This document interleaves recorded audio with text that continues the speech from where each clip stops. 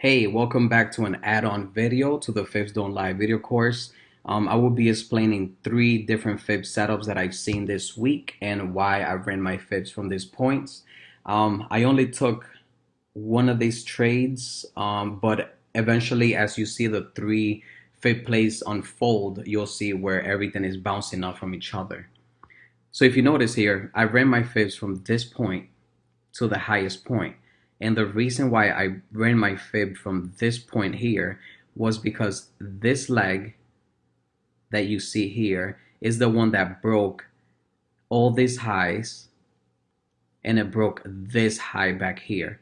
So just by looking at this push, you can tell that it was a significant push because it's changing the trend in direction to the bullish side.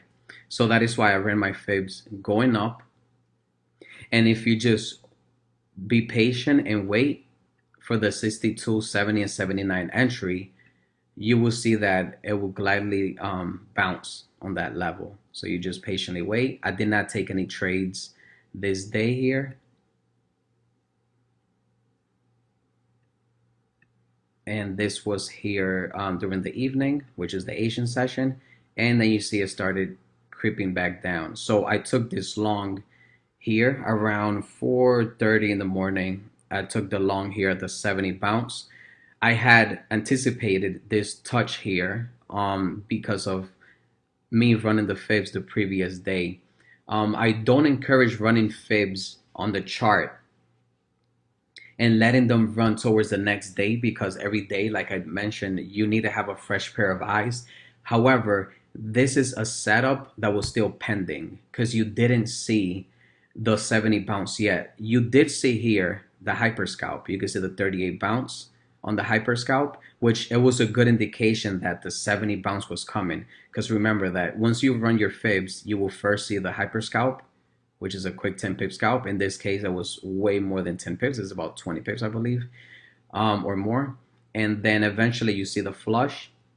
So I went long here at the 70 level and I just immediately took profit at 10 pips. I didn't like this choppiness that was going on here. That is the reason why I immediately just took profit, 10 pips. This trade, I alerted this trade in my Fibs Don't Lie Instagram page, and then I showed the end results as well. It was two different posts.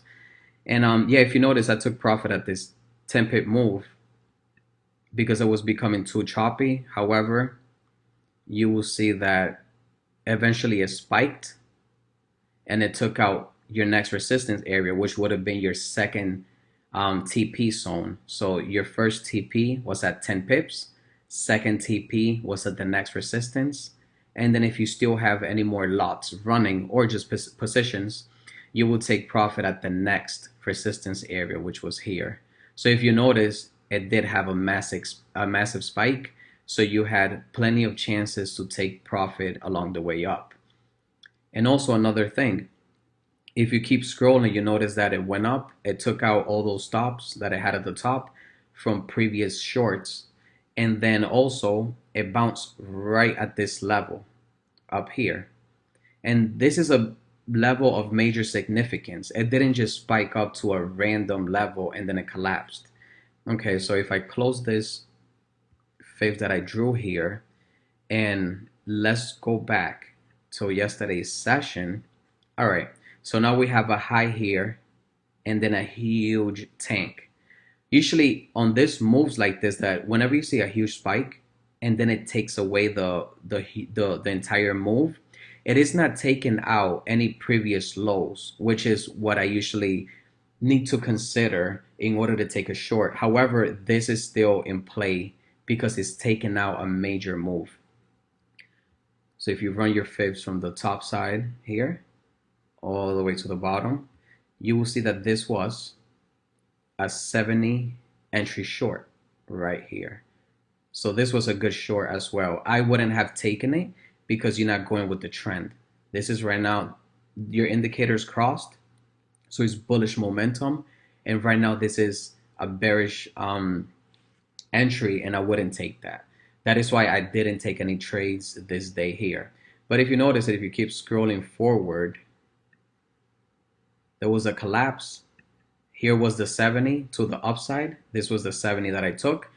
I took this position long here because overall the trend was very bullish and I ran my fibs going up. So that is why I took the position here. I took the position off at 10 pips and it went all the way up back to the 79 entry short. So this is one of the main things that I'm always pointing out throughout the course, that once you run your fibs going up and you take the trade, you would immediately run fibs going down during market structure break to the downside as well, whether it's on the 15-minute or on the 30-minute chart, because you will see a bounce at that point, and that is a preferable TP area. So during this time of the year, throughout the whole month of January, I would only be taking 10 pip scalps. I would not be trying to take profit at the next resistance area if I'm going long, or at the next support if I'm going short, just because of the amount of volatility and the traders not being active at the moment. The amount of money that is in the market is not huge at the moment. So I would just wait until the last week of January or starting February before I start getting back to my regular trading routine. So that is a great example that was here available for me to show you guys. That's why I had to create a video. And also, if you see here, going back to this day here that I did not trade, there was another fib entry, and I will show you why that was a play. However, I didn't take it because of the choppiness that is going on at the moment. So if you run your fibs from here to the highest point, I usually start trading right around here, which is 4 in the morning. You see a nice flush and it bounced at the 70 level, and then it spiked all the way back up, then it came back down, and then it retested the 62 level. So this was a very nice entry long here, and it's bouncing off your 14 EMA, and the trend is bullish. So this is an excellent trade long. However, it is not ideal for you to take this trade just because of how choppy this environment here is. So I don't like choppiness, so I stay away from it. But if you notice, it was a perfect 62 bounce and it spiked up. You would have taken your profit around here. And if you scroll back in the chart, I'm pretty sure that was the next resistance area. Okay, so the reason why I would run my fibs from this point and not this area here or another area down there, it is because this leg here made a major shift in the market. So just this leg alone here, never mind the entire move from the lowest point to the highest before it had to pull back in the 62, but just look at this push here and you will see how it took out this high back here. And this is a major area just because this is where you see your indicators crossing. And then from here, you had a major push to the downside. So that is why my main fibs were ran from down here, because it broke all this market structure. So this was a very patient trade for me to run my fibs from here to the highest point and wait for the retracement to the 62 or the 70. That is being very patient. However, if you feel the urge that you got to trade every day, you will see the fib plays, but just on the lower ranges. So if you put your fibs there, because that would have been the highest point during this market environment where you're trying to trade this day, which is the London session, and then the lowest point would have been here, because this is the leg that broke this major market structure. So that was a perfect entry there as well. So it's just showing you how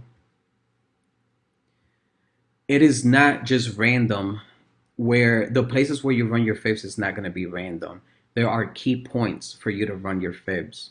And also another tip that I want to identify is, I have noticed from personal experience running fibs every day, is that a lot of fib plays would start by the leg being on top of your 14 EMA. So if you notice, again, I'm going to run my fibs from here to the top, and this is the leg that broke all this market structure back here. So this is your main fib level. And also, if you notice, is bouncing on top of the 14 EMA.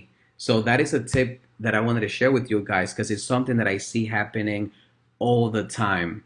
So if you need help knowing where to run your fibs from, just look at your 14 EMA and look at the leg that is bouncing on it, and then look to the left and see if any market structure is being broken, whether it's bouncing off of the 14 to the bullish side, which is market structure being broken to the resistance area to the left, or if you're on a bearish trend like this here, you notice that most likely your fib is going to be ran from the bounce on the 14 EMA going down to the lowest point, and then a fib bounce right here, which this is actually another sample right now. So I'm gonna just use that as an example from my fibs from this area to the lowest point, and look how you have a 70 bounce right here as well. So this just reinforces the pattern that I'm showing you right now in this tip. So a lot of times, like I just said, I'm gonna repeat it.